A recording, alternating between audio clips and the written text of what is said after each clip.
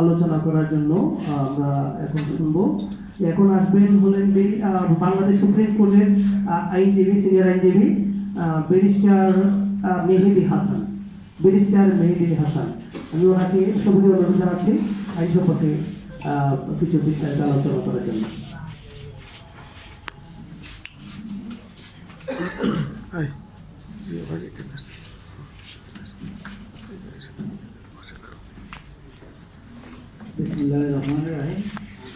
ধন্যবাদ।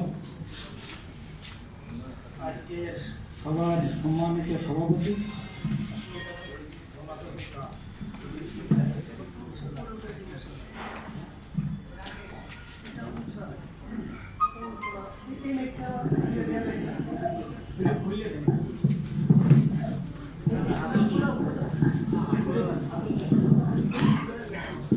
জেলা পুলিশ এই বিষয়টি আইনগত ব্যাখ্যা দিচ্ছেন একজন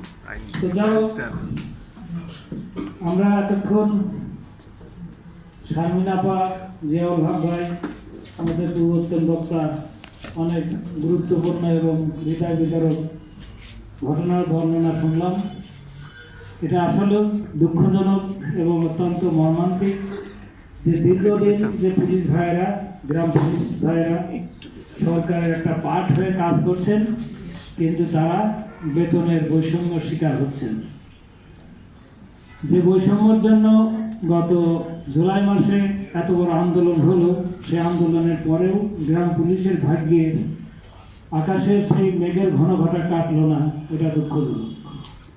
তো বর্তমান যেহেতু গণতান্ত্রিক সরকার দেশে রাষ্ট্র পরিচালনার দায়িত্বে আছেন, আপনাদের সাথে আমরাও সহমত পোষণ করি যেন সরকারের সুদৃষ্টি থাকে আপনাদের এই বেতন বৈষম্য দূর করার জন্য।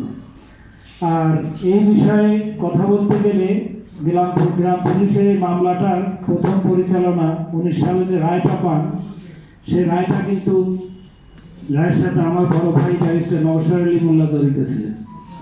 আপনাদের আইনজীবী হিসাবে তিনি কাজ করছেন, তিনি এখন লন্ডনে আছেন। তো যাই হোক, আমি তখন থেকেই এই বিষয়গুলো অবগত ছিলাম যে আপনাদের জীবনের, দৈনন্দিন জীবনের দুঃখ দুর্দশার কথা। আজকে আমি এখানে উপস্থিত হয়েছি আইনজীবী থেকে, আমি পায়ে দিচ্ছি একজন মানবাধিকার কর্মী হিসাবে। আমি আন্তর্জাতিক মানবাধিকার সংস্থারও একজন ক্ষুদ্র সদস্য। আমরাও আমাদের সংস্থার পক্ষ থেকে আমাদের পিছনে একটা পেশার গ্রুপ হিসেবে কাজ করব। আমরা তো rights for Bangladesh rights for পিপুল সংস্থার সাথে আমরাও একাত্মতা পোষণ করব এবং কোলাবোরেটলি কাজ করব।